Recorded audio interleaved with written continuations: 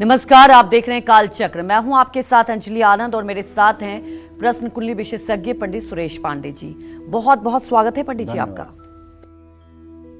कैसी शिव प्रतिमा से बनेंगे धनवान, बढ़ेगा बिजनेस, बनेंगे बिगड़े काम। सावन शुरू होने से पहले कैसी शिव प्रतिमा घर लाएं। कोई भी दिन हो, कोई भी वार हो, शिव उपासना हर दिन फलदायी है। वहीं सावन में तो शिव उपासना का कई गुना फल मिलता है। 11 जुलाई से सावन का पावन महीना शुरू होने जा रहा है और इसलिए आज कालचक्र में हम आपको सावन में भगवान भोलेनाथ की विशेष उपासना के बारे में बताने वाले हैं। आमतौर पर भगवान शिव की पूजा शिवलिंग के रूप में ही की जाती है, लेकिन भगवान शिव की मूर्ति पूजन का भी अपना एक खास महत्व है। इसलिए आज पंडित सुरेश पांडे जी आपको भगवान शिव की वो 16 प्रतिमाओं के बारे में बताएंगे जिससे आपकी 16 मनोकामनाएं पूरी होगी। तो बने रहिए कालचक्र के साथ ही अगर आपका भी कोई सवाल है तो आप हमें फोन कर सकते हैं। हमारा नंबर है 0120-665-2415। तो जी हाँ, अपनी चर्चा की शुरुआत करते हुए बात कर लेते हैं भोलेनाथ की उस प्रतिमा की जिसे घर में स्थापित करने से व्यक्ति की हर जरूरत पूरी होती है, अच्छी सेहत मिलती है और शादीशुदा रिश्तों में भी प्यार बढ़ता है। आइए जान लेते हैं पंडित जी से। बताएं पंडित जी। प्रातर्स्मरामि भवभीतिहरं सुरेशं गंगाधरं वृषभवाहनमम्बिकेशं खड्वांगवरदाभयहस्तमीशं संसाररोगहरमौषधमद्वितीयम्। ओम नमः शिवाय। स्वामी कार्तिकेय भगवान शिव के पुत्र हैं। तारकासुर को कोई मार नहीं सकता था। विधि का विधान था, जब शिव का पुत्र कार्तिकेय जन्म लेंगे तभी तारकासुर को मारा जाएगा। तारकासुर के अत्याचार से पूरा देवगण बहुत ज़्यादा दुखी थे। भगवान शिव समाधि में बैठे हुए थे। भगवान शिव जल्दी से विवाह करें, इसके लिए इंद्र ने सोचा कि भगवान के अंदर काम जागृत किया जाए। माँ पार्वती पैदा हो चुकी थी, हिमालय के घर तपस्या कर रही थी भगवान शिव के लिए, और इधर भगवान शिव अखंड समाधि लगाए बैठे हुए थे। इंद्र ने कामदेव को भेजा भगवान शिव की तपस्या भंग करने के लिए। कामदेव ने हर प्रकार के बसंत ऋतु का आगमन किया, अप्सराओं का नृत्य कराया, काम बाण चलाया। भगवान शिव को जब बाण स्पर्श किया तो उनकी आंख खुल गई और उस आंख के खुलने से अनंग अर्थात कामदेव जल गया। कामदेव जब जल गया तो आकर के रति ने, कामदेव की पत्नी ने बहुत भगवान शिव से प्रार्थना की, प्रभु मेरा कल्याण करिए। उन्होंने कहा, अब से तुम्हारे पति का नाम अनंग होगा और वो बिना शरीर के ही सब में व्याप्त होगा। और जब द्वापर में भगवान श्री कृष्ण अवतार लेंगे तो उनके पुत्र के रूप में तुम्हारे पति का आगमन होगा और तुम्हें वहीं भगवान कृष्ण के पुत्र के रूप में कामदेव मिलेंगे। तो जगतजननी जगदम्बा माँ पार्वती का भगवान शिव के साथ विवाह हुआ, जैसा कि आप सबको पता है। पार्वती का विवाह हुआ और उसके बाद स्वामी कार्तिकेय का जन्म हुआ और स्वामी कार्तिकेय ने तारकासुर को मारा। इसलिए कार्तिकेय के साथ भगवान शिव पार्वती की मूर्ति की पूजा करने से व्यक्ति की सभी मनोकामनाएं पूरी होती हैं। व्यक्ति को सुख सुविधा की सभी वस्तुएं मिल जाती हैं। जिस मूर्ति में भगवान शिव 1 पैर 4 हाथ और 3 नेत्रों वाले होते हैं, हाथ में त्रिशूल लिए हों, जिनके उत्तर दिशा की ओर भगवान श्री हरि विष्णु और दक्षिण दिशा की ओर भगवान ब्रह्मा की मूर्ति हो, ऐसी प्रतिमा को घर में स्थापित करके उनकी पूजा करने से व्यक्ति सभी बीमारियों से मुक्त हो जाता है और अच्छी सेहत मिलती है। मैं कहना ये चाहता हूँ कि अगर ये मूर्तियाँ आपके लिए लाना आसान नहीं है तो आप मानसिक रूप से ऐसी मूर्तियों की कल्पना अपने पूजा स्थान में कर सकते हैं और मानसिक पूजा कर सकते हैं। इसका भी उतना ही फल मिलेगा जितना आप मूर्ति स्थापना करके फल पाएंगे। ऐसी मूर्ति की उपासना करने से अच्छी पत्नी, सुखी वैवाहिक जीवन की प्राप्ति होती है। अब आपको मानसिक पूजा के बारे में शिव जी के जानना चाहिए। शिव मानस पूजा के लिए आपको नित्य कर्म पूजा प्रकाश या स्तोत्र रत्नावली देखना चाहिए, जिसमें साफ साफ भगवान शिव की मानस पूजा लिखी हुई है।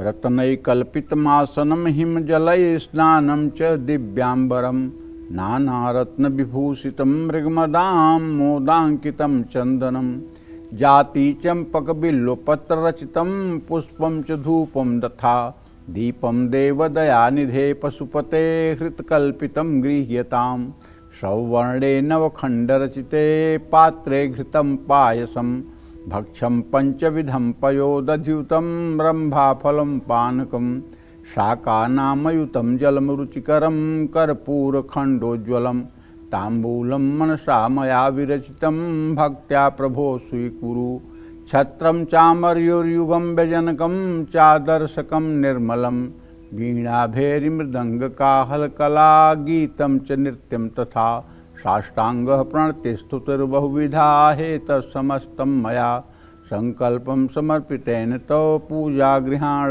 प्रभो।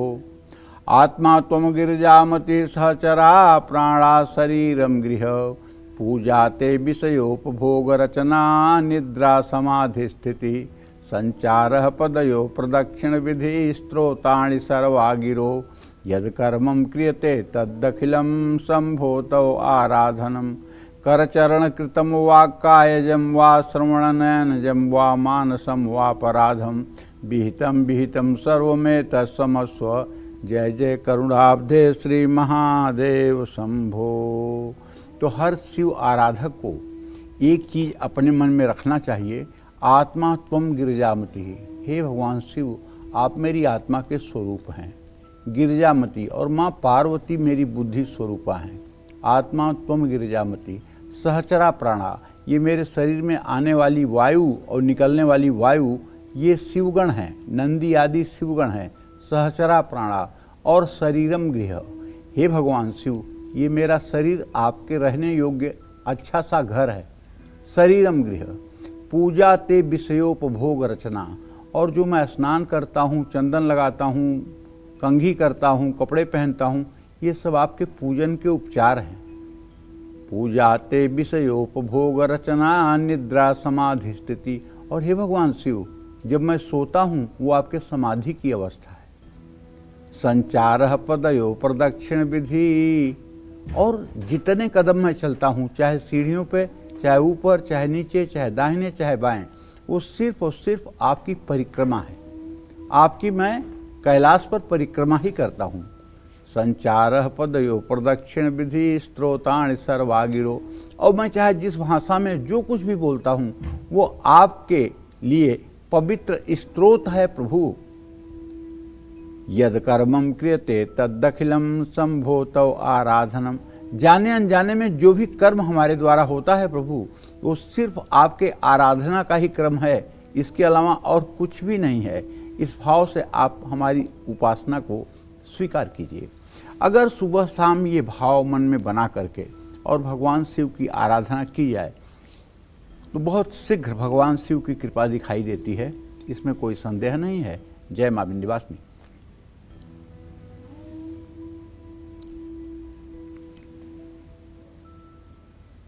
तो आगे चर्चा करेंगे, उसके पहले अब जान लेते हैं मेष राशि का राशिफल कैसा रहेगा। आर्थिक स्थिति, कामकाज, रिश्ते, सेहत, साथ ही क्या है आज का उपाय, शुभ अंक और शुभ रंग। मेष राशि के जातकों को बताना चाहूंगा कि भाई देखिए, आपके व्यय भाव में शनिदेव बैठे हुए हैं। आपके धन भाव का स्वामी बुध इस समय तृतीय भाव में है। तो ऐसे में व्यय भाव का स्वामी बृहस्पति जब आपके तृतीय भाव में होगा तो निश्चित रूप से आपको थोड़ा अपने फिजूल खर्ची पर काबू रखने की आवश्यकता होगी। व्यवसाय में बहुत बड़े लेन देन से आज आपको बचना चाहिए, क्योंकि चंद्रमा की स्थिति आपके राशि से नवम भाव में है और वो मंगल से परस्पर पंचम नवम होते हुए भी बहुत शुभ कारक नहीं है। तो बिजनेस में बड़े लेन देन से बचना चाहिए और अपने परिवार को प्राथमिकता देनी चाहिए। यदि आप विवाह के योग्य हैं तो आपके शादी का योग बन रहा है। हो सकता है कि आज आप नींद की समस्या से परेशान हों। यात्रा के दौरान अपने सामान का भरपूर ध्यान रखें। सुंदरकांड का पाठ हो सके तो जरूर करें।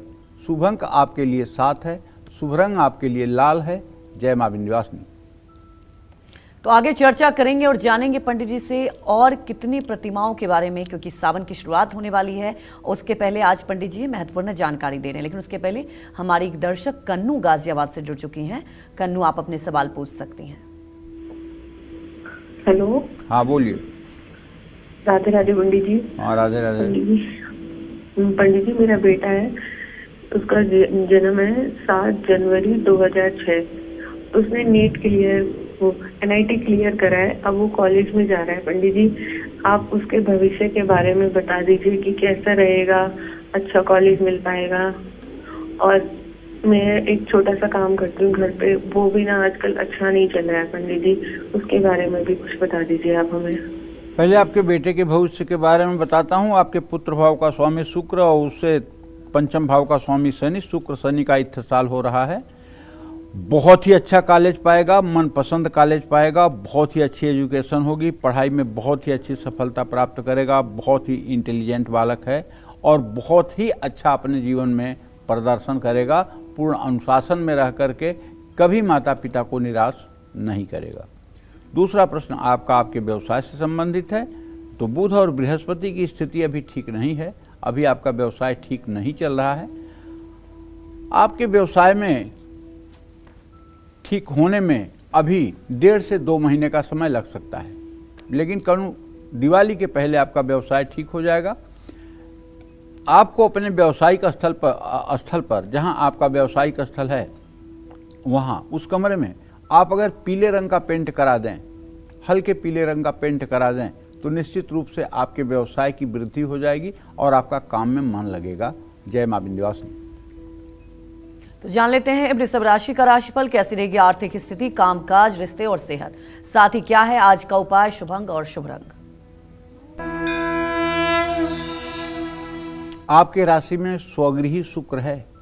ये कितनी अच्छी बात है। ये साल में योग एक ही बार 1 महीने के लिए बनता है कि जब स्वामी राशि में होता है। और आपके धन भाव का स्वामी बुध आपके पराक्रम भाव में है। आज आप जहां चाहें थोड़ी सी समझदारी से पैसे का निवेश कर सकते हैं और वो फायदेमंद होगा। अगर आप विदेश में नौकरी करना चाहते हैं तो उसकी भी संभावना बनी हुई है। आज परिवार वालों का पूरा साथ आपको मिलेगा। ज्यादा थकान से बचना चाहिए और भरपूर नींद लेनी चाहिए। हाँ, जरूरत से ज्यादा भावुकता भी ठीक नहीं है, क्योंकि आपके राशि में राशि से है, लेकिन चंद्रमा का षडाष्टक योग है। इमोशन में आएंगे तो अपने को बीमार महसूस करेंगे। भगवान गणेश को दुर्वा और मोदक चढ़ाएं। शुभ अंक आपके लिए 6 है।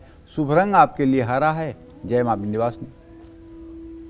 तो आगे जानेंगे भगवान शिव की कौन सी प्रतिमा की पूजा करने से संतान सुख मिलता है और विद्या बुद्धि मिलती है, लेकिन उसके पहले हमारे एक दर्शक जुड़ चुके हैं, विवेक इंदौर से। विवेक, आप अपने सवाल पूछ सकते हैं पंडित जी से। पंडित जी नमस्ते। हाँ नमस्ते बाबू। पंडित जी पाएगा वो आपको हम 3 साल से सुन रहे हैं, तो जीवन में काफी कुछ परिवर्तन आया है जी। सर पंडित जी मेरे 2 प्रश्न थे आपसे। एक तो मेरा जन्म 6/9/1985 को सुबह 6:30 बजे है। मेरा थोड़ा जॉब का जाने का रहता है और बार बार उसकी प्रॉपर्टी का काम अभी शुरू किया है, तो क्या मैं ये कर सकता हूँ? तो दूसरा क्वेश्चन मेरी पत्नी का है, उनका जन्म 8/9/1991 का दोपहर 2 बजे का इंदौर का है, तो वो भी कुछ काम स्टार्ट करने का सोच रहा है, कोचिंग वगैरह का, तो क्या हम कर सकते हैं? देखिए, जहाँ तक आपका प्रश्न है तो इसके बारे में मैं बताना चाहूँगा कि आपके 10वें भाव का स्वामी शनि है और शुक्र शनि का इत्तेसाल है। आपका समय अनुकूल चल रहा है। जो भी काम आप शुरू करेंगे उसमें अब आपको सफलता मिलेगी। बिल्कुल आपको 1% भी चिंता नहीं करनी चाहिए। हाँ, अगर एक काम कर सकते हैं तो आपको मैं बताना चाहूँगा, ज़िंदगी भर आप सुखी रहेंगे। वो काम ये है कि आप सुबह शाम कोशिश करें कि श्री सूक्तम के 16 मंत्रों का सुबह शाम अपने पूजा स्थान में बैठकर घी का दिया जला करके महालक्ष्मी की पूजा करके पाठ करें। अगर ये पाठ लगातार अनवरत आप करने लगे तो मैं विश्वास के साथ कह सकता हूँ 24 महीने के बाद आपके जीवन में एक क्षण ऐसा कभी नहीं आएगा जब आर्थिक रूप से आपको कभी सोचना पड़े। वैसे भी आपके ग्रह अच्छे हैं, लेकिन इस सोने पे सुहागा करने के लिए माँ महालक्ष्मी की उपासना आपके लिए वरदान साबित होगी। दूसरा प्रश्न आपका है आपके पत्नी के संदर्भ में, तो बताना चाहूँगा कि चंद्रमा से सप्तम भाव का स्वामी बुध और उससे दसम भाव का स्वामी बृहस्पति, अभी दोनों की द्वितीय द्वादश स्थिति है। अभी आपकी पत्नी सोच जरूर रही हैं, लेकिन अभी ये कार्य को मूर्त रूप नहीं दे पाएंगी। अभी इनका कार्य किसी न किसी कारण से शुरू नहीं हो पाएगा। अभी इनके कार्य की शुरुआत में मुझे अक्टूबर तक का विलंब होता हुआ, 18 अक्टूबर तक का विलंब होता हुआ दिखाई दे रहा है। इनका काम बन जाए, इसके लिए इनको चाहिए कि रोज ओम गंग गणपतये नमः इस मंत्र का अगर 10 माला जप करें और भगवान गणेश की पूजा करें और गणेश चालीसा का सुबह शाम पाठ करें, तो बहुत जल्दी इनका व्यवसाय शुरू हो सकता है और उसमें इन्हें सफलता मिल सकती है। जय मां विंध्यवासिनी। तो भगवान शिव की कौन सी प्रतिमा की पूजा करने से संतान सुख मिलता है और विद्या, बुद्धि और ज्ञान की भी प्राप्ति होती है? आइए जान लेते हैं, बताएं पंडित जी। पहली बात तो अपने सभी दर्शकों को बताना चाहूँगा कि भगवान शिव इकलौते ऐसे देवता हैं जिन्हें सबको देव कहा जाता है, लेकिन इनको महादेव कहा जाता है और इनके लिए कुछ भी देना असंभव नहीं है। इनके लिए ब्रह्मा की सृष्टि में संशोधन करने के लिए किसी बहुमत की आवश्यकता नहीं होती। इनकी इच्छा ही बहुमत है और ये जो चाहें वो कर सकते हैं। इनको इतनी स्वतंत्रता है, इसलिए भगवान शिव के जो भक्त होते हैं वो बिल्कुल भय रहित होते हैं। तो भगवान शिव की 3 पैरों वाली, 7 हाथों वाली, 2 सिरों वाली मूर्ति, जिसमें शिव अग्नि स्वरूप में हों, ऐसी मूर्ति की पूजा अर्चना करने से अन्न की प्राप्ति होती है। जो व्यक्ति भगवान शिव और माँ पार्वती की बैल पर बैठी हुई मूर्ति की पूजा करते हैं, उनको संतान सुख मिलता है, बच्चे आज्ञाकारी होते हैं। भगवान शिव की अर्धनारीश्वर मूर्ति की पूजा करने से अच्छी पत्नी, सुखी वैवाहिक जीवन की प्राप्ति होती है। जो मनुष्य भगवान शिव की उपदेश देने वाली मूर्ति की पूजा करते हैं, उससे विद्या, बुद्धि और ज्ञान की प्राप्ति होती है। इस मूर्ति की पूजा करने से मान सम्मान भी बढ़ता है। अब देखिए, हम लोगों का आज का जीवन ऐसा है कि एक घर है, उस घर में हम छोटा सा मंदिर बनाए हैं और उन मंदिरों में हम कितनी मूर्ति ला के रख सकते हैं? भाई जगह भी तो चाहिए, स्थान भी तो चाहिए। ऐसा तो नहीं है कि घर पूरा मंदिर है। घर में एक छोटा सा जगह है जो पूजा स्थान है, वहाँ पहले से ही मूर्तियाँ विराजमान हैं, वहाँ पहले से ही विग्रह विराजमान हैं। अब कहाँ इतनी जगह है कि जहाँ ले आकर के इतने प्रकार की मूर्ति आप रखेंगे? तो आप बिल्कुल संशय मत लीजिए। आप अपने मन में इस तरह की मूर्ति की कल्पना करिए और कल्पना करके इस तरह की मूर्ति का ध्यान करिए। बस केवल मानसिक रूप से ध्यान करने पर ये मूर्ति न भी घर ले आइए, तब भी आपकी मानसिक मनोकामना की पूर्ति होगी। क्योंकि एक बात बहुत अच्छी तरह से आप जान लीजिए कि आप जैसे भगवान की पूजा कर रहे हैं शिवालय में बैठकर और शिवलिंग की पूजा कर रहे हैं, शिवलिंग पे जल चढ़ा रहे हैं, दूध चढ़ा रहे हैं, शहद चढ़ा रहे हैं, घी चढ़ा रहे हैं, दही चढ़ा रहे हैं, बेलपत्र चढ़ा रहे हैं, लेकिन आपका मन दुकान पर लगा हुआ है कि दुकान पर पता नहीं लड़के पहुँचे होंगे कि नहीं, दुकान खुली होगी कि नहीं, अभी बेटा कह के गया था आया नहीं। आपका दिमाग दुकान में लगा हुआ है और आप पूजा कर रहे हैं शिवलिंग की। ये पूजा कोई मतलब नहीं रखती।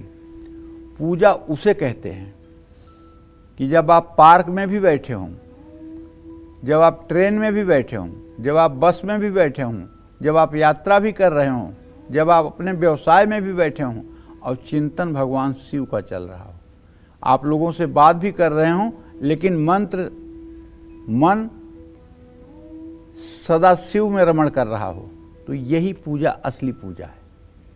यही पूजा असली पूजा है और इसी पूजा का महत्व होता है। चित्त जब तक शिवाकार नहीं होगा, चित्त में जब तक शिव का आकार नहीं बसेगा, तब तक पूजा का आनंद नहीं आएगा। इसलिए चिंतन जरूरी है। पूजा में चिंतन का महत्व है। आप व्यवसाय करते हुए भी यदि प्रभु का चिंतन कर रहे हैं तो आपसे श्रेष्ठ उपासक कोई हो नहीं सकता। और यदि आप पूजा करते हुए भी संसार का चिंतन कर रहे हैं तो ये पूजा कोई पूजा नहीं है, ये पूजा टाइम पास है। इसलिए अपने मनोवृत्ति को, अपने चिंतन को भगवान में लगाने की कोशिश करिए। इसके लिए कोई दिखावा करने की ज़रूरत नहीं है, इसके लिए किसी आडंबर की ज़रूरत नहीं है। कोई जान भी नहीं पाएगा कि आप किसका चिंतन कर रहे हो, और आप मन ही मन भगवान शिव के श्री चरणों में आनंद लूटिए। कल्पना कीजिए, दिव्य मानसरोवर के पश्चिम तरफ कैलाश पर्वत है। वहाँ एक बड़ा सा विशाल बट वृक्ष है, उसके नीचे एक सुंदर फटिक शिला है और उस पर भगवान शिव मृगचर्म पर आसन लगाए हुए बैठे हुए हैं। गौर वर्ण के भगवान शिव हैं और उनके बगल में माँ पार्वती, जगत जननी, जगदम्बा आदि शक्ति विराजमान हैं, जिनका तेज करोड़ों सूर्य के समान है। और सामने नंदीगण बैठे हुए हैं, शिवगण बैठे हुए हैं। और उसी समाज में आप भी हाथ जोड़कर भगवान शिव के सामने विनयावनत हैं। उनके श्री चरणों में बार बार आप सिर झुका रहे हैं और भगवान शिव के चारों तरफ आप ओम नमः शिवाय करते हुए परिक्रमा कर रहे हैं। ये परिक्रमा 2, 5, 10 बार, जितना बार आपका मन स्थिति बने आप कर लीजिए। ये पूजा अगर आप सुबह शाम 5-5 मिनट करना शुरू कर लीजिए तो मैं विश्वास के साथ कहता हूँ वह समय भी आएगा जब हर समय भगवान शिव की कृपा आप पर बरसती रहेगी। हाँ, मूर्तियों की बात इसलिए कर रहा हूँ कि इन मूर्तियों को आप मानसिक रूप से कल्पना करके भी अगर पूजन करेंगे तो आपके उस मनोरथ की पूर्ति जरूर होगी। जय मां विंध्यवासिनी। तो अब जानेंगे मिथुन राशि का राशिफल कैसा रहेगा आज का पूरा दिन। आपके राशि में सूर्य और बृहस्पति की स्थिति है। आपका राशि स्वामी बुध इस समय द्वितीय भाव में कर्क राशि में स्थित है और धनु के नवमांश में स्थित है। ऐसे में अगर देखा जाए तो बुध आपका अति शत्रु राशि में है, तो ऐसे में चंद्रमा से इसका षडाष्टक योग बन रहा है। तो कहना ये चाहता हूँ कि आज कहीं पैसों का लेन देन अगर करना है तो मेरा सुझाव मानिएगा कि बिल्कुल ना करिए। हाँ, अगर किसी का बकाया आपके ऊपर हो तो उसके लिए मना नहीं कर रहा हूँ, वापस करिए। लेकिन किसी से लेन देन व्यावसायिक करना है तो जरा रुकिए। कार्यस्थल पर किसी तरह के विवाद से बचने की कोशिश करिए और कोशिश करिए कि आज पूरे दिन आप क्रोध न करें। परिवार में थोड़ी सी तनाव की स्थिति बन सकती है, तनाव बढ़ सकता है। अगर आप सुबह योग प्राणायाम कर लेंगे तो तनाव नहीं होगा। आज आपको यात्रा करते समय लापरवाही से नहीं चलना है, संभल कर चलना है, चोट चपेट लगने की संभावना है। आज मंदिर में विधिवत पूजा करने के बाद मंदिर में 2 लौंग और 2 सुपारी भी देवता को अवश्य अर्पित करें। शुभ अंक आपके लिए 3 है, शुभ रंग आपके लिए पीला है। जय मां विंध्यवासिनी। वहीं हमारे एक दर्शक वंदना लखनऊ से जुड़ चुकी हैं। वंदना, आप सवाल पूछ सकती हैं। हेलो। हाँ वंदना। प्रणाम पंडित जी। पैर से सदा सुखी रहो बेटा।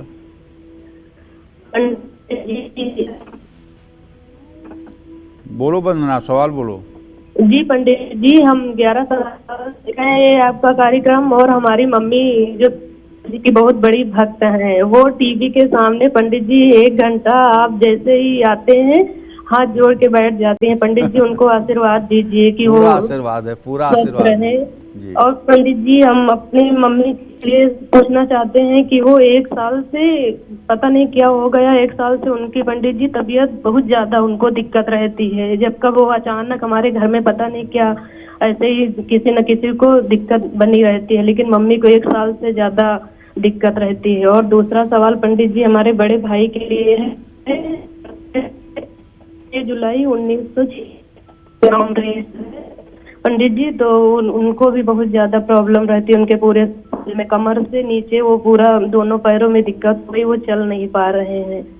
और तीसरा सवाल है हमारे छोटे भाई के लिए पंडित जी, उसकी बर्थडे है 26 जनवरी 1995। उनको भी दिक्कत रहती है, वो कभी हमेशा बीमार ही रहते हैं, कोई ना कोई दिक्कत उनके शरीर में रहती है। पंडित जी तो तीनों के लिए कोई ना कोई उपाय बताइए पंडित जी, हम लोग बहुत परेशान हैं पंडित जी, बहुत आपसे उम्मीद लगाए हैं आप हमारे लिए। वरना ऐसा है बेटा, आपने जो प्रश्न किया है, आपके चतुर्थ भाव में मंगल केतु है, राहु की दृष्टि है। आपके घर में भयंकर वास्तु दोष और प्रेत दोष है, जिसके कारण पूरा परिवार शारीरिक बीमारियों से जूझ रहा है। मैं एक छोटा सा उपाय बताऊंगा और मेरे इस उपाय को आप करके और 1 महीने के बाद फिर फोन करिए और बताइए कि क्या स्थिति है। आप किसी सुयोग्य ब्राह्मण से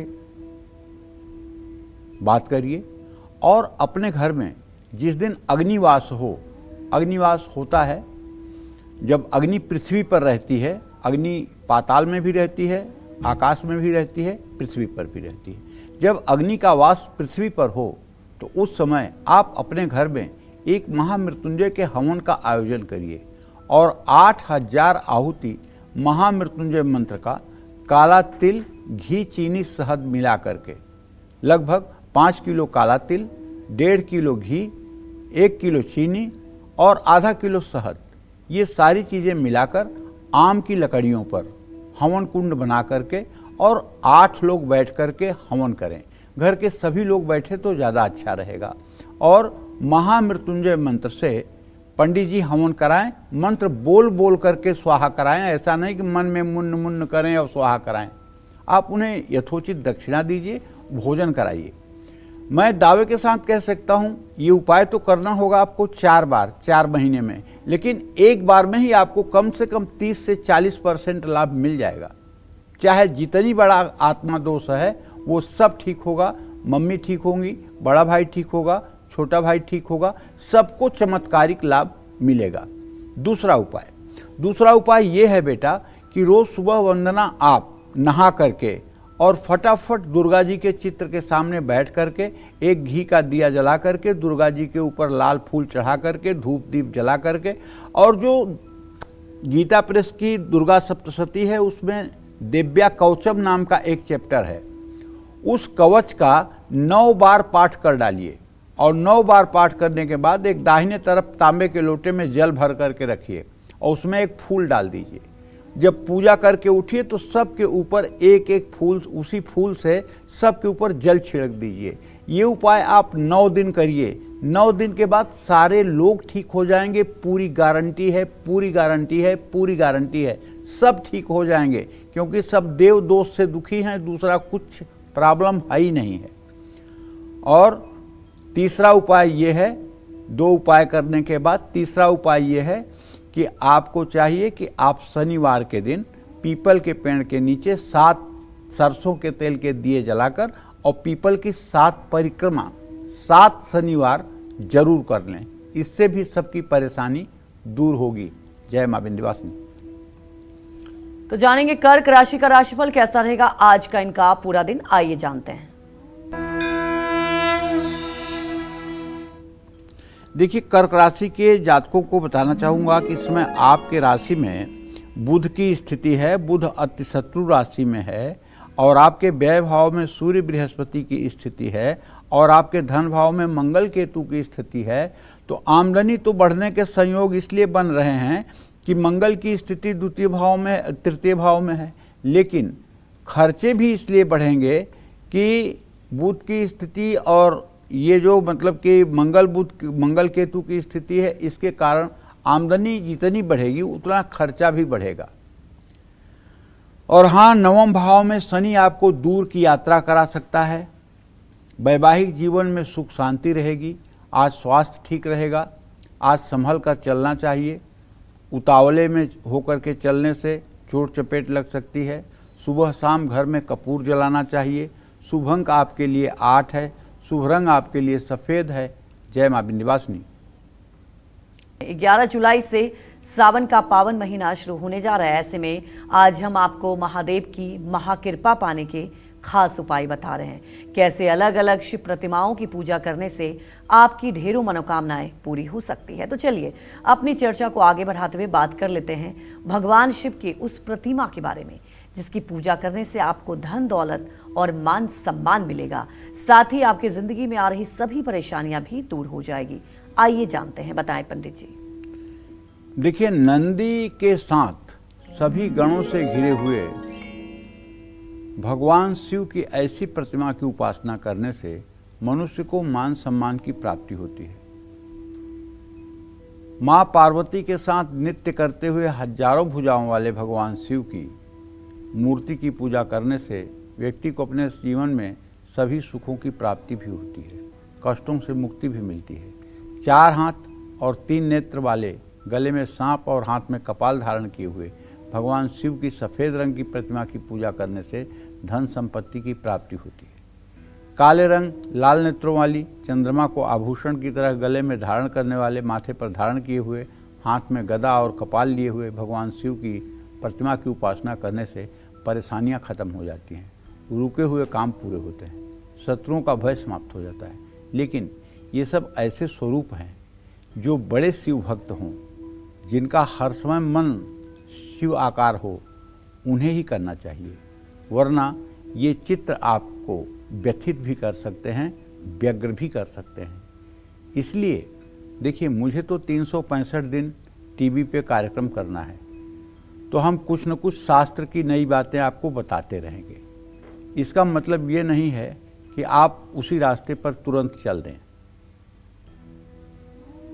अगर आप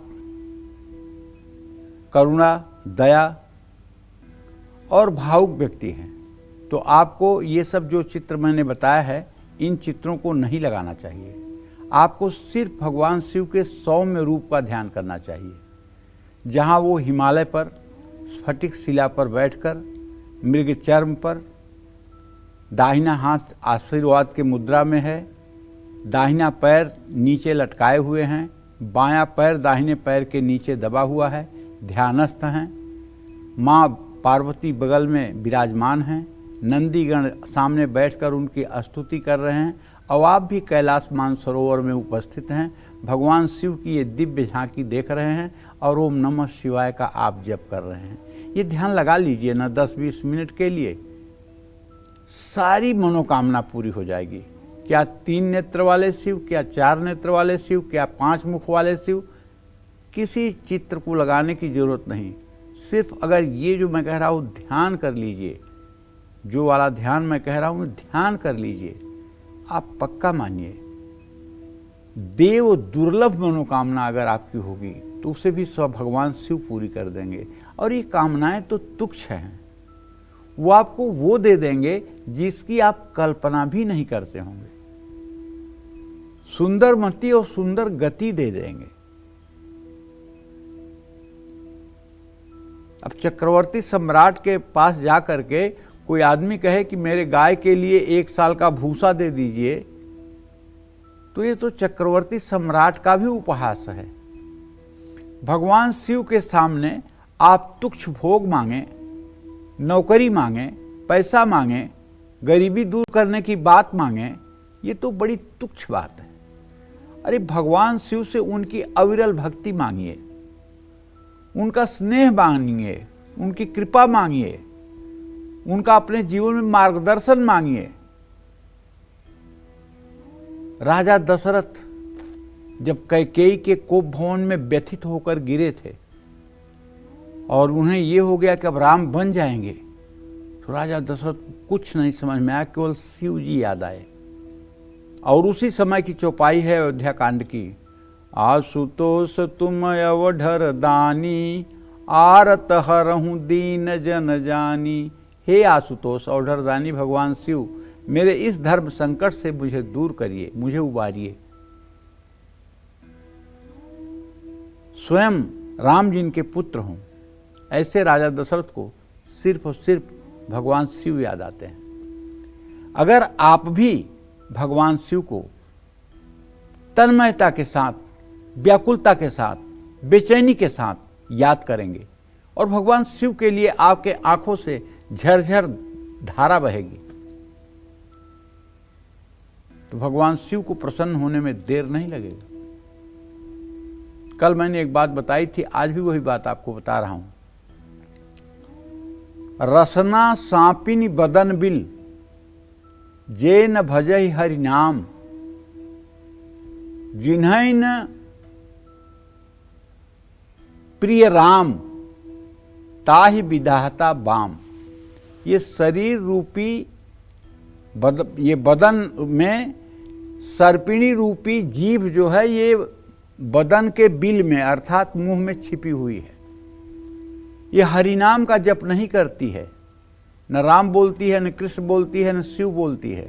गाली देना हो तो किसी को दे सकती है, बुरा बोलना हो तो बोल सकती है, किसी की निंदा करना हो तो कर सकती है। अगर निंदा कर रही है, गाली दे रही है, दूसरों को दुख पहुंचा रही है, तो ये सांपिन नहीं क्या जीभ है? सांपिन ही तो है जो विष उगल रही है। सांपिन का क्या काम होता है? विष उगलना। तो अगर ये जीभ विष उगल रही है तो ये सांपिन नहीं तो और क्या है? अगर ये राम कृष्ण हरि नहीं कह रही है तो ये सांपिन नहीं तो और है क्या? तो जिनको राम और शिव नहीं प्यारे होते हैं, उनका तो हर समय भगवान जो है, समझ लीजिए विधाता बाम ही है। विधाता कभी उससे संतुष्ट और खुश नहीं है। इसलिए हर समय भगवान का मुरारिपादा अर्पित चित्तवृत्ति, हर समय मन में भगवान का स्मरण होते रहना चाहिए, यथासंभव करते रहना चाहिए। और अगर ऐसा अभ्यास नहीं है तो कम से कम सुबह शाम 108 बार जिस भगवान में आपकी रुचि हो, राम कृष्ण हरि शिव में, उनका नाम जरूर लेना चाहिए और उनकी शरणागति जरूर लेनी चाहिए। निश्चित रूप से इससे जीवन बदलेगा। जय मां विंध्यवासिनी। तो जानेंगे सिंह राशि का राशिफल कैसा रहेगा आज का पूरा दिन, आइए जान लेते हैं। देखिए, सिंह राशि के जातकों को बताना चाहूंगा कि आपके राशि में अभी भी मंगल केतु की स्थिति बनी हुई है और आप देख ही रहे हैं कैसा हाहाकार इस समय दुनिया में मचा हुआ है, कैसी अप्राकृतिक घटनाएं हो रही हैं। तो अगर व्यक्तिगत फलादेश करूं तो मंगल आपके भाग्य भाव का और सुख भाव का स्वामी होकर के केतु के साथ है, तो पैसों को लेकर के लापरवाही ना करें। और अगर कोई काम कर रहे हैं तो उसमें जल्दबाजी न दिखाएं, घबराहट न पैदा करें। परिवार में आपके सुख शांति रहेगी। मौसमी बीमारियों से परेशानी हो सकती है। क्रोध में आकर कोई बड़ा फैसला न लें। काले और सफ़ेद तिल दान करें। शुभ अंक आपके लिए 1 है। शुभ रंग आपके लिए गोल्डन है। जय मां विंध्यवासिनी। तो जानेंगे कन्या राशि का राशिफल कैसी रहेगी आर्थिक स्थिति, कामकाज, रिश्ते और सेहत, साथ ही क्या है आज का उपाय, शुभ अंक और शुभ रंग। देखिए, कन्या राशि का स्वामी बुध एकादश भाव में है, भले हो अति शत्रु राशि में है, लेकिन धन भाव का स्वामी शुक्र स्वगृही होने के नाते और बुध शुक्र का स्नेहा दृष्टि से इत्तेसाल होने के नाते शेयर मार्केट या म्यूचुअल फंड या SIP में अगर पैसा लगा रहे हैं तो फायदा मिलेगा। आज अगर आप नौकरी करते हैं, वो आपकी ट्रांसफरेबल जॉब है, तो स्थानांतरण का योग भी बना हुआ है। बच्चों से शुभ समाचार आपको मिलेगा। भाग दौड़ की वजह से थोड़ी सी थकान, लेथर्जी महसूस होगी। छोटी छोटी परेशानियों को बड़ा न बनने दें। सार्वजनिक स्थल पर छायादार पेड़ लगाएं। शुभ अंक आपके लिए 5 है। शुभ रंग आपके लिए नीला है। जय मां विंध्यवासिनी। आगे चर्चा करेंगे, लेकिन उसके पहले हमारे एक दर्शक जुड़ चुके हैं हरियाणा के भिवानी से, अमर सिंह। अमर सिंह, आप सवाल पूछ सकते हैं। तो अमर सिंह से संपर्क टूट गया। मीनाक्षी हमारे एक दर्शक जुड़ चुकी हैं। मीनाक्षी, आप सवाल पूछ सकती हैं। जी, हेलो। हाँ, बोलिए मीनाक्षी। पंडित जी, खुश रहो बेटा। मेरा नाम डॉक्टर मीनाक्षी है। मैं अपने और अपनी सिस्टर के बारे में पूछना चाहती हूँ। हम दोनों ट्विंस हैं। मेरी डेट ऑफ बर्थ है 22 फरवरी 2000। टाइम है 2:40 PM और जन्म स्थान है पठानकोट। पंडित जी, मुझे पूछना है कि अपनी गवर्नमेंट जॉब के बारे में और शादी का योग कब तक बनेगा। और मैंने अभी अपनी क्लिनिक सेटअप किया है, तो वो अच्छे से चले तो उसका उपाय बताइए। मेरी बहन का नाम साक्षी है। उसकी डेट ऑफ बर्थ भी 22 फरवरी 2000 है। उसका टाइम है 2:45। उसका गवर्नमेंट जॉब का पूछना और उसका हेल्थ इशू रहते हैं। बचपन से ही उसका आई साइड वीक है, तो कैटरेक्ट था उसको। तो कोई उपाय बताइए जिससे कुछ % चांसेस आ जाएं और वापस। देखो मीनाक्षी, ऐसा है बिटिया, आपने जो अपना व्यवसाय ओपनिंग किया है वो बहुत अच्छा चलने वाला है। और अगर सरकारी नौकरी मिलेगी भी आपको तो अभी से 2.5 से 3 वर्षों के बाद आपको मेडिकल ऑफिसर की भी नौकरी मिल सकती है। मेडिकल से जुड़े किसी क्षेत्र में आपको अच्छा सरप्राइज मिल सकता है, लेकिन अभी 2-2.5 साल तक कुछ मिलने की संभावना हमें कम दिखाई दे रही है। ऐसे में आप अपने व्यवसाय पर फोकस करें, अपने काम पे फोकस करें और पूरी तन्मयता के साथ उस काम को करने का प्रयास करें।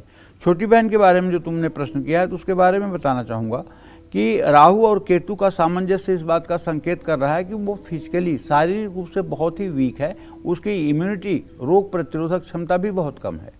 अगर वो नित्य चाक्षुषी विद्या ये मतलब नित्य कर्म पूजा प्रकाश गीता प्रेस की किताब है, उसमें चाक्षुषोपनिषद नाम से एक चैप्टर है जो लगभग 1 मिनट का मंत्र है। अगर इस मंत्र का वो सुबह ज़्यादा करके अगर वो 5 बार पाठ करे और एक तांबे के लोटे में लुटिया में शुद्ध जल रख करके और उस पानी से अपनी आँख पर छींटा मारे और ये उपाय 1.5 साल तक करे तो उसकी जो आँख की समस्या है उसमें काफ़ी हद तक आराम मिलने की संभावना बनेगी। चाक्षुषी विद्या का चमत्कार प्रत्यक्ष रूप से देखा जाता है। और अगर उससे ठीक नहीं होगा तो कम से कम ऐसी उपचार की व्यवस्था भगवान कर देंगे जिससे आंखें ठीक हो जाएंगी और वो अपने जीवन में एक सुखी जीवन जीने लायक बन जाएगी। उपाय ये करना जरूरी है और आपको अपने कार्यस्थल पर भगवान गणेश और माँ लक्ष्मी की एक प्रतिमा जरूर स्थापित करनी चाहिए और रोज़ अपने कार्यस्थल पर पहुंचने के बाद आपको वहाँ एक घी की ज्योति जलानी चाहिए, एक घी का दीपक जलाना चाहिए और भगवान से हाथ जोड़कर प्रार्थना करके तब आपको अपने कुर्सी पर बैठना चाहिए। जय माँ विंध्यवासिनी। भगवान शिव की कौन सी प्रतिमा की पूजा करने से विरोधी शांत होंगे, घर में लड़ाई झगड़े नहीं होंगे और आपकी जिंदगी में तनाव हमेशा के लिए दूर हो जाएगा? कौन सी है वो प्रतिमा, आइए जानते हैं पंडित जी से। बताएं पंडित जी। ध्यान मुद्रा सबसे बड़ी मुद्रा यही है, मैं साफ साफ बता रहा हूँ। ध्यान मुद्रा में बैठे भगवान शिव, शरीर पर पूरा भस्म लगा हुआ हो, ऐसी मुद्रा की उपासना करने से तुरंत आपके दिमाग की एंजाइटी दूर होती है, तुरंत तनाव दूर होता है। आप अगर डिप्रेशन, एंजाइटी या अवसाद की दवाइयाँ कर रहे हैं, बिना दवाई खाए आपको नींद नहीं आती, हर समय आपके मन में डर और घबराहट बनी हुई है, तो मैं दावे के साथ कहता हूँ आप भी स्नान करने के बाद पूरे अपने शरीर में भस्म पोत लीजिए और रुद्राक्ष की माला लीजिए और आंख बंद करके भगवान शिव को कैलाश पर बैठे हुए ध्यान मुद्रा में ध्यान करिए और उनके बगल में माँ पार्वती को खड़ी होते हुए जरूर देखिए, शिवगणों को हाथ जोड़ते हुए जरूर देखिए और ओम नमः शिवाय का जप करिए। ये जप अगर आपने 12 मिनट से 24 मिनट तक कर लिया तो आपको बहुत जल्दी एंजाइटी, डिप्रेशन जैसी बीमारी से छुटकारा मिलने से कोई रोक नहीं सकता, बहुत जल्दी। क्यों? क्योंकि ये ध्यान आपके अंदर इतना सकारात्मक ऊर्जा भर देगा कि आपकी नकारात्मक प्रवृत्ति ही बदल जाएगी और आपकी आध्यात्मिक उन्नति भी हो जाएगी और व्यक्ति के सभी दोष दूर हो जाते हैं। दैत्य जलंधर का विनाश करते हुए सुदर्शन चक्र धारण किए हुए शिव की पूजा करने से विरोधी नुकसान नहीं पहुंचा पाते हैं। जटा में गंगा, सिर पर चंद्रमा को धारण किए हुए, बाएं गोद में मां पार्वती और पुत्र कार्तिकेय और गणेश के साथ भगवान शिव का ऐसा चित्र घर में लगाने से घर में झगड़े नहीं होते हैं। ये चित्र तो प्रायः घरों में होता है भाई, जिसमें शिव परिवार होते हैं, ये कोई नई बात थोड़ी है। ये तो चित्र प्रायः घरों में है जहाँ पूरा शिव परिवार होता है, जहाँ का स्वामी कार्तिकेय होते हैं, गणेश होते हैं, शिव पार्वती होते हैं और साथ में नंदी होते हैं। ये तो प्रायः परिवारों में होता ही होता है। इनकी ही पूजा कर लेने मात्र से सारी मनोकामना पूरी हो जाती है, सुख शांति का माहौल रहता है। हाथ में धनुष बाण लिए हुए रथ पर बैठे हुए भगवान शिव की पूजा करने से व्यक्ति को पाप ताप से मुक्ति मिलती है, परिवार में सुख शांति रहती है, मान सम्मान बढ़ता है। जय मां विंध्यवासिनी। तब जानेंगे तुला राशि का राशिफल कैसा रहेगा आज का इनका पूरा दिन, आइए जानते हैं। देखिए, तुला राशि का स्वामी शुक्र अपने भाव से अष्टम भाव में बैठा हुआ है। धन भाव का स्वामी मंगल वो 10वें भाव में है और धन भाव को पूर्ण दृष्टि से देख रहा है। ऐसे में मैं ये कह सकता हूँ कि अगर कोई आपका पैसा विवाद में फंसा हुआ है, जैसे चेक बाउंस का कोई केस है या इस तरह की कोई समस्या है, तो वो विवाद सुलझता हुआ दिखाई दे रहा है। नौकरी में सहकर्मियों का साथ मिलेगा। कुछ गलतफहमियां हो सकती हैं, सतर्क रहें। बच्चों की सेहत का ध्यान रखना होगा। समस्याओं को अनदेखा न करें। किसी ज़रूरतमंद को भोजन कराएं। शुभ अंक आपके लिए 2 है। शुभ रंग आपके लिए आसमानी है। जय मां विंध्यवासिनी। तो अब तक हमने आपको अलग अलग शिव प्रतिमाओं के बारे में बताया जिसको घर में स्थापित करके पूजा पाठ करनी चाहिए, लेकिन ऐसी कौन सी शिव प्रतिमाएं हैं जिसे घर में कभी भी नहीं रखना चाहिए, ये जानते हैं पंडित जी से। बताएं पंडित जी। देखिए, जैसे भगवान शिव डमरू बजा रहे हों और बहुत उत्तेजना में हों, तो ये वाला चित्र घर में नहीं लगाना चाहिए। सती का 100 कंधे पर रख करके और भ्रमण कर रहे हों, तेजी से चल रहे हों, तो ये वाला चित्र भी घर में नहीं लगाना चाहिए। नटराज घर में हों, ये भी तांडव कर रहे हों, ये भी मूर्ति घर के पूजा स्थान में नहीं रखनी चाहिए। शिव जी भूत गणों के साथ अगर हैं तो भी वो तस्वीर घर में नहीं रखनी चाहिए। इन सब चीज़ों का ख्याल रखा जाए तो बेहतर होगा। जय मां विंध्यवासिनी। जानेंगे वृश्चिक राशि का राशिफल कैसा रहेगा आज का इनका पूरा दिन। वृश्चिक राशि पर शुक्र की पूर्ण दृष्टि है। शुक्र व्ययेश भी है और शुक्र सप्तमेश भी है। ऐसे में ये कहना चाहूँगा कि आपके द्वितीय भाव में चंद्रमा के होने के कारण धन लाभ का योग बन रहा है और दान पुण्य करने का भी आपको अवसर मिल रहा है। आज दिल लगाकर काम करिए, समय 1 मिनट भी बर्बाद मत करिए। अपनों के साथ यादगार समय बीतेगा। आज वायरल फीवर से भी आप परेशान हो सकते हैं। काम के चलते परिवार को अनदेखा न करें। गाय को रोटी खिलाएं। शुभ अंक आपके लिए 9 है। शुभ रंग आपके लिए लाल है। जय मां विंध्यवासिनी। हमारी दर्शक प्रेमलता जुड़ चुकी हैं। प्रेमलता, आप अपने सवाल पूछ सकती हैं। हेमलता, आप सवाल पूछ सकती हैं पंडित जी से। हेलो। हाँ पंडित जी प्रणाम। खुश रहो बेटा। नाम बताओ। जी, मेरा नाम हेमलता सिंह है। मैं जौनपुर से बोल रही हूँ। मेरा बर्थ डेट 30/12/81 है। दिन रविवार। बनारस में मैं पैदा हूँ। मेरे पति मेरे पति पहले जमाना कायदे से नहीं रहते। वो बहुत ही लड़ाई झगड़ा, मतलब हम लोग को देखना नहीं चाहते। और दूसरा प्रश्न मेरे बच्चों के बारे में है। मेरा बड़ा बेटा 21/7/2002 में पैदा हुआ है। उसके बारे में मेरी दूसरी बेटी है 15/7/2004। उसके बारे में मैं जानना चाहती हूँ। और तीसरी बेटी मेरी बता दूँ। चलो ठीक है, अब आपका सवाल मैं समझ गया हूँ। सबसे पहले आपका पारिवारिक जीवन अच्छा हो, इसके लिए आपको चाहिए कि आप दुर्गा सप्तशती में सिद्ध कुंजिका स्तोत्र है, सिद्ध कुंजिका स्तोत्र का नित्य 16-16 बार सुबह शाम पूरी सिद्ध कुंजिका स्तोत्र का पाठ करना शुरू करिए। घी का दिया जला करके महाकाली की प्रतिमा के सामने बैठ करके ये पूजा आप शुरू करिए। अगर ये पूजा आपने 6 महीना कर लिया तो आपके परिवार में कलह की जो स्थिति है, लड़ाई झगड़े की जो स्थिति है, पति से विचारों में जो गतिरोध है, उसमें आपको राहत मिलेगी और आपके बच्चों का भी भाग्योदय हो जाएगा। 6 महीना ये काम करने के बाद तब आपको चाहिए कि आप जो भी मंत्र करोगे वो मंत्र आपका सिद्ध हो जाएगा। उसके बाद आपको कहना चाहिए ओम सर्वा बाधा विनुर्मुक्तो धन धान्य सुतान्वित मनुष्यो मत प्रसादेन भविष्यति न संशय। इस मंत्र का 10 माला जप रोज आपको करना चाहिए। इससे 1 साल के अंदर आपके घर में हर प्रकार की सुख समृद्धि और तनाव से मुक्ति आपको मिल जाएगी। लेकिन अब अगर बेटा साधना नहीं हुई, अगर उपाय नहीं हुआ, तो फिर प्रारब्ध तो बुरा है, तो फिर दुख तो भोगने पड़ेंगे, फिर कष्ट तो सहने पड़ेंगे, अपमान की स्थिति तो बनेगी। लेकिन अगर साधना हुई तो ये सारा दुर्योग समाप्त हो जाएगा, सौभाग्य का उदय हो जाएगा। क्योंकि मानस में भी कहा गया है नारद ने भी माँ पार्वती को कहा है कि जो तप करई कुमारी तुम्हारी, भाभी हूँ मेट सकहीं त्रिपुरारी। तपस्या का बड़ा महत्व है बेटा, बिना तपस्या कुछ प्राप्त नहीं होता है, इसलिए आपको भी तपस्या करनी चाहिए। जय मां विंध्यवासिनी। चलिए बात कर लेते हैं धनु राशि की। क्या कहता है धनु राशि का राशिफल, कैसा रहेगा आज का इनका पूरा दिन, आइए जानते हैं। तो आप जान लीजिए कि आपके इस समय राशि में चंद्रमा की स्थिति है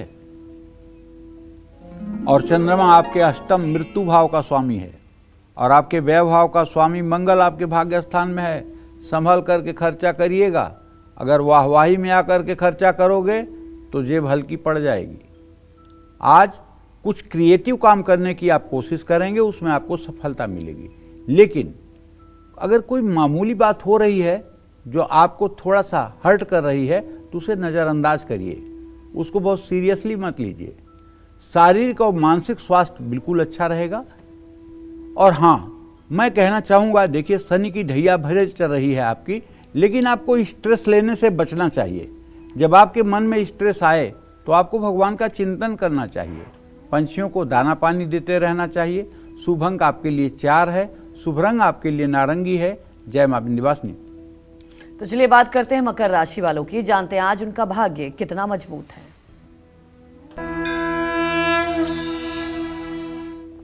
मकर राशि पर बुध की पूरी दृष्टि है, व्यय भाव में चंद्रमा है, धन भाव में राहु है।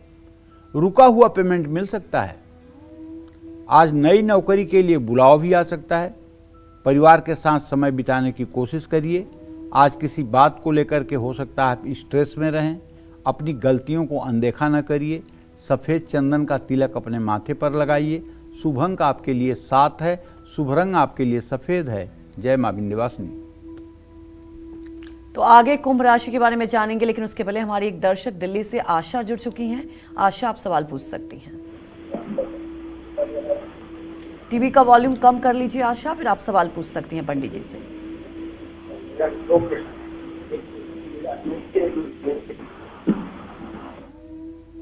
तो चलिए अब बात कर लेते हैं कुंभ राशि वालों की, जानते हैं कि आज उनका भाग्य कितना मजबूत है। कुंभ राशि में भाई राहु की स्थिति है, धन भाव में शनि और संतान भाव में सूर्य बृहस्पति, सुख भाव में सूर्य शुक्र। तो ऐसे में एक्सपर्ट की सलाह लेकर के ही कहीं पैसा लगाइएगा। आज समय पर काम पूरा नहीं हो पाएगा। रिश्तों में तनाव कम हो सकता है, प्यार बढ़ सकता है। ज़्यादा शारीरिक और मानसिक तनाव नहीं लेना चाहिए। दिल की बजाय दिमाग से फैसले लें। ज़रूरतमंद लोगों को अन्न और मीठा खिलाएं। शुभ अंक आपके लिए 3 है, शुभ रंग आपके लिए नीला है। जय मां विंध्यवासिनी।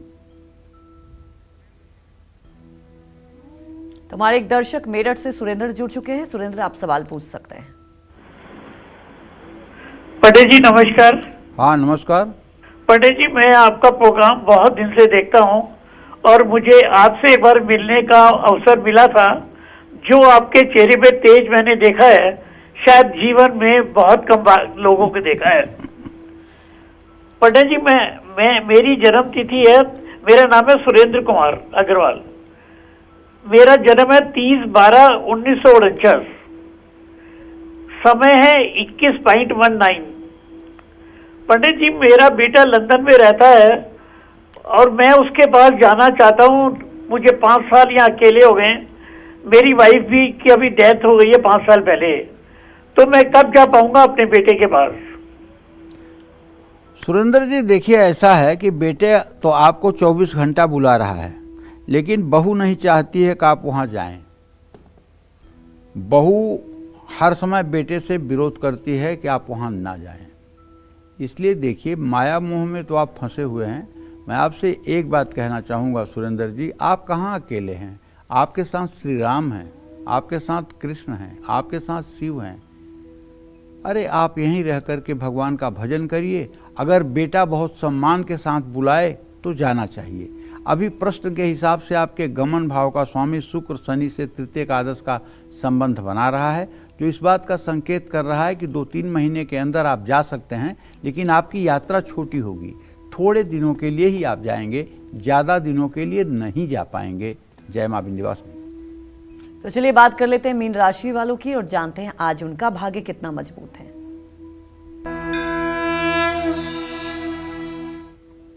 पैतृक संपत्ति से आज मीन राशि के जातकों को लाभ मिल सकता है। ऑफिस में आपको वाद विवाद से बचना चाहिए। अपने जीवन संगिनी या जीवन साथी को समय देना चाहिए, उनका ध्यान रखना चाहिए। चोट चपेट लगने की संभावना है, इसलिए अपने शरीर का भी ध्यान रखें। जरूरत से ज़्यादा इमोशन में ना आए। शनि चालीसा का पाठ करें। शुभ अंक आपके लिए 2 है, शुभ रंग आपके लिए पीला है। जय मां विंध्यवासिनी। और चलिए अपने सबसे स्पेशल सेगमेंट की शुरुआत करते हुए बात करते हैं पारद से बनी उस चीज की जिसे पहनने से आपका आत्मविश्वास भी बढ़ेगा और बीमारियों से पीछा भी छूटेगा। कौन सी है वो पारद से बनी चीज, आइए जान लेते हैं पंडित जी से। बताएं पंडित जी। पारद माने पारा, पारद माने पारा, जिसमें 60% पारा 40% चांदी मिलाकर के बनाया जाता है। कुछ अनुपात कम ज़्यादा हो सकता है, बड़ा वजनी होता है। पारद धातु को भगवान शिव का ही स्वरूप माना गया है, इसलिए पारद धातु से बना हुआ अगर कड़ा हाथ में धारण किया जाए तो बुरी शक्तियों से बचाव होता है। पारद का कड़ा मानसिक एकाग्रता और आत्मविश्वास को बढ़ाता है। पारद को एक जीवंत धातु भी माना गया है, इसलिए पारद का कड़ा पहनने से कई तरह की बीमारियों से भी मुक्ति मिलती है। पारद का कड़ा पहनने से ब्लड सर्कुलेशन कंट्रोल में रहता है, जिससे हाथ पैर और कमर जैसी समस्याओं से मुक्ति मिलती है। पारद का कड़ा मानसिक परेशानियों को भी दूर करता है।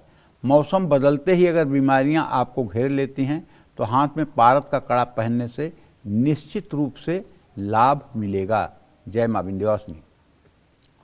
पंडित जी, आज हमारे दर्शकों को आपने इतनी महत्वपूर्ण जानकारी दी, आपका बहुत बहुत धन्यवाद। और उम्मीद यही करते हैं कि आपको भी आज का हमारा विषय बहुत पसंद आया होगा। कल फिर एक नए विषय और आपकी परेशानियों को दूर करने के लिए ढेरों उपाय लेकर आएंगे हम पंडित सुरेश पांडे जी के साथ। तब तक काल चक्र की पूरी टीम को अनुमति दीजिए। नमस्कार।